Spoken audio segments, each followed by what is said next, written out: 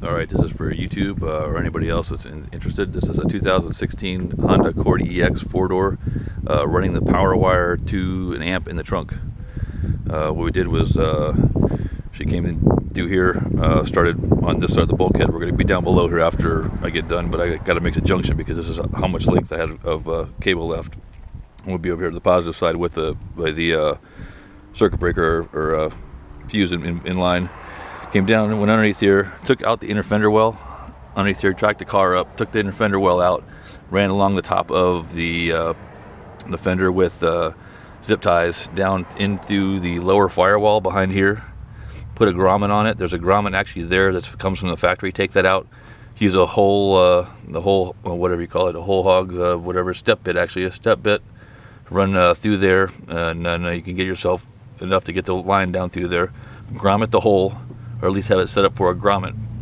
And then that goes through on the inside of the pillar, comes up here on the inside just above or below the fuse box, I guess it is, and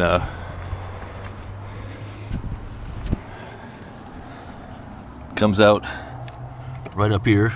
I don't know if you can see that or not, kind of dark, but drop in through here, and then we'll zip tie this right there.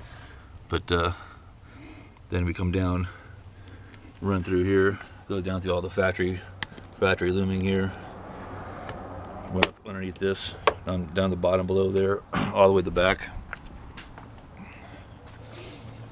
Then come up here, take out the back seat, everything, come up behind this, go behind your seat belts, everything, of course, up through there. It's not all zip tied off just yet, but it will be.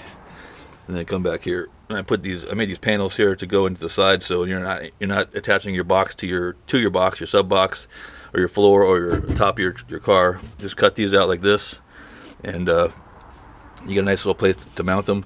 And then you can still put your factory carpet back in there and cut a hole for your amps or your whatever you're doing. We're doing some Alpine Type R's and a bandpass box, and then MA Audio 1000 watt amp, and a Rockford Fosgate 5-channel amp someplace around here.